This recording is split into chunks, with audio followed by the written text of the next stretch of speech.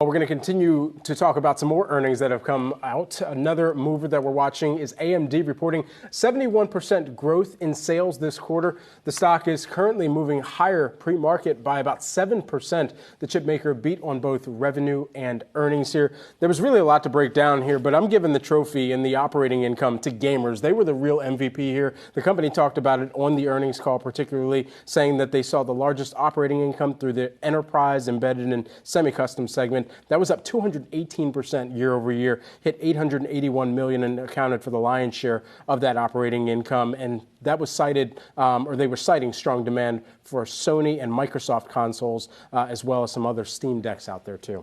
Yeah, and the company's forecast for this current quarter also coming in ahead. Sales forecast of about $6.5 billion, around $6 billion is what analysts had been projecting. So this continued growth that AMD is looking for. Its margins, by the way, are also catching up with Intel's. You know, there's been this long time rivalry between the two companies. And I was looking at the sales growth for AMD, and it has just been incredible. If you go back to 2019 compared with now, there was just an incredible jump during the pandemic. And like so many of these pandemic plays, the jump has been sustained. If you look at that quarterly revenue, sustained and grown upon, right?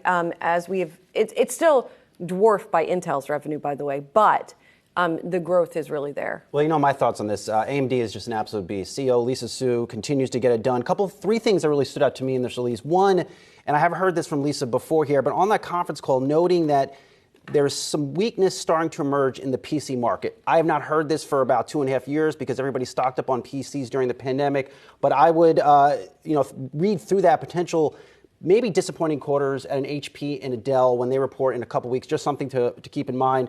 Number two, cloud revenue. AMD continues to clean up in the cloud, really gaining a lot of business. Lisa called out with Alibaba, Amazon, Microsoft, and Google. They also signed a deal with Meta, so they're cleaning up there. And last but not least, why you're seeing this stock up here pre-market. Good quarter. Market has come to expect it, but it was that guidance raise, Julie, that you mentioned. You're seeing now a complete re-rating in AMD because of that Xilinx acquisition, and that's in large part why they came out here and raised their outlook. And I would suspect you'll see estimates come up across Wall Street. You know, coming back to that year-over-year comp that you were mentioning a moment ago, and even the growth since pre-pandemic time, I mean, I'm surprised that they didn't just insert the to the moon rocket emoji, because at the end of the day, when we looked at those comparisons year over year, and you've got it on screen here as well, I mean, that jump, the 71%, that is leading to the re-rating here. That's also leading to where they see other total addressable markets to make up perhaps for some of the declines that we may see experienced in the PC. They also mentioned that in that PC market, it's really kind of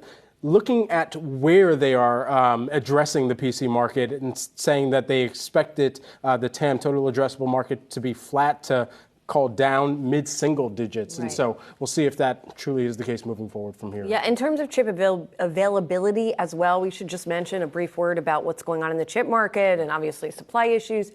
AMD seems to think it's better positioned because its chips are higher cost, and so it thinks its manufacturer, the likes of Taiwan Semiconductor, will be more motivated to produce its chips over some lower price chips. We'll see if that continues to be the case.